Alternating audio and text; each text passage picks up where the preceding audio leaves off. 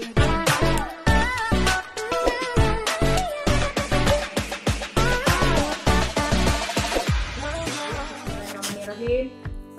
guys, kali ini saya bersama Pak Gancar selaku Kepala Departemen Manajemen di Universitas Airlangga Surabaya.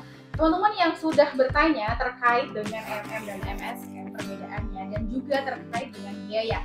Baik, sekarang saya akan langsung nanya aja kepada Kepala Departemen kita. Ketua Departemen. Oh, Ketua Departemen. Salah ya, oke. Teman-teman, terkait dengan biaya, sebenarnya untuk kisaran biaya antara MSM ya Pak ya, ini pertanyaan dari DM Instagram. Untuk biaya MSM dan juga MM itu lebih besar mana dan kenapa? Oke, pada dasarnya satuan biaya untuk perkuliahan itu kurang lebih sama, yang terbedakan itu adalah masalah waktunya.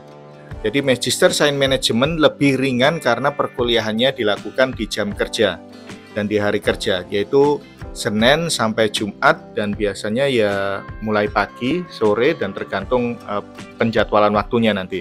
Sedang MM itu jadwal waktunya adalah setelah jam kerja, jadi ada yang reguler, di mana reguler Senin sampai Jumat, dengan kemudian waktu kuliahnya jam 7 sampai jam setengah 10. Ada yang kemudian akhir pekan, di mana akhir pekan itu aktivitasnya adalah Jumat malam jam 7 sampai jam setengah 10, hingga kemudian Sabtu mulai pagi sampai sore. Nah, jadi yang terbedakan adalah karena masalah waktu tadi.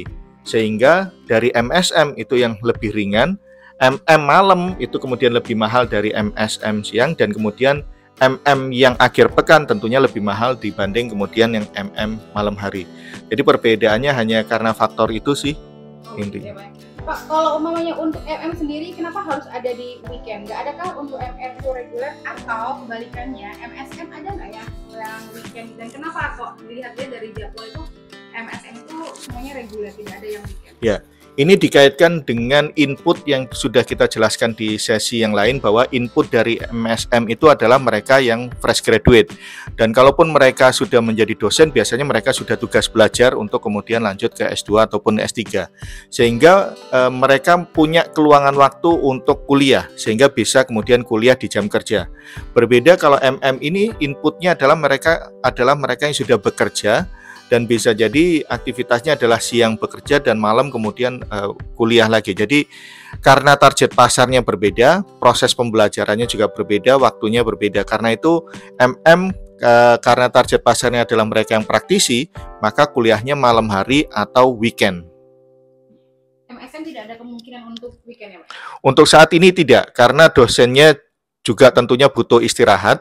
Kalau kemudian MSM malam hari semua, nanti dosennya malah kerepotan nantinya.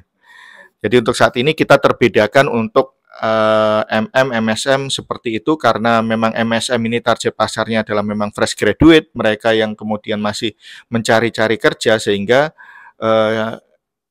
mereka kita rasa masih memiliki keluasan waktu untuk mengikuti perkuliahan di pagi, siang, atau sore hari. Iya, baik, terima kasih Pak. Terakhir Pak, terkait dengan ketika kita itu anak yang baru lulus S1 atau sudah lama sudah bekerja nih ya Pak ya, mau ambil MM atau mau ambil MSM ya, saya praktisi sih, cuman someday saya juga pengen jadi dosen, bukannya kalau dosen harusnya MSM ya. Nah, untuk dilema seperti itu gimana Pak? Oke, pada dasarnya yang terbedakan di MM dan MSM kita adalah juga nanti masalah pengkonsentrasian. Jadi kalau untuk MM itu kita berusaha menciptakan mahasiswa yang sudah siap untuk menjadi pimpinan di level strategik, sehingga model perkuliahannya adalah tidak ada konsentrasi. Yang terjadi adalah kemudian konsentrasinya lebih ke strategic manajemen dan kemudian manajemen resiko. Sedang kalau di MSM aktivitasnya lebih kemudian penjurusan pada konsentrasi tertentu, sehingga kalaupun ada praktisi yang akan masuk ke sana adalah karena ingin mendalami sebuah konsentrasi tertentu. Sehingga kemudian ketika masuk sudah ada pilihan apakah memilih konsentrasi pemasaran, keuangan, SDM, atau operasional. Itu kemudian harus dilakukan oleh calon mahasiswa untuk memilih mau mendalami konsentrasi apa. Nah, maka kebingungan itu bisa jadi karena masih belum tahu kira-kira ke depan cita-citanya ingin menjadi apa, seperti apa. Nah, mungkin bisa jadi berkonsultasi atau kemudian mencari kakak tingkatnya untuk melihat bagaimana proses pembelajaran kita, sehingga intinya kalau kemudian Anda adalah praktisi dan Anda ingin menjadi manajer level strategik, maka akan lebih cocok untuk masuk ke Magister Management. Sedang kalau ingin mendalami misalnya Anda berada di bagian keuangan dan ingin benar-benar mendalami ilmu keuangan seperti apa, maka akan lebih cocok masuknya ke Magister Science Management. Nah, kalaupun tadi dikatakan saya udah bertahun-tahun lalu nih kuliah, udah lupa materi perkuliahannya, maka baik di Magister Management maupun Magister Science Management ada yang disebut matrikulasi untuk masa-masa persiapan agar kita tune in lagi dengan ilmu kita dan terutama yang ilmu yang kekinian akan seperti apa, sehingga tidak masalah kalau mereka yang sudah lama tidak kuliah karena ada masa persiapan tersebut. Baik, terima kasih Pak. Oh ya, terakhir terus ya. Iya, ini ini kayak lagu ini ku akhir tapi tidak berakhir ya. Pak MM masih syaratnya harus kerja sampai sekarang. Iya, sampai sekarang adalah mereka yang sudah bekerja walaupun syarat wajib, walaupun kemudian bekerjanya sudah pernah magang ataupun ya baru bekerja berapa bulan itu, jadi syaratnya minimal sudah bekerja 6 bulan. Jadi tidak terlalu masalah lama pekerjaan. Bahkan wirausaha sendiri pun bisa kemudian untuk masuk ke Magister Management karena itu bagian dari pekerjaannya dan risetnya nanti juga bisa berkaitan dengan dunia kerjanya.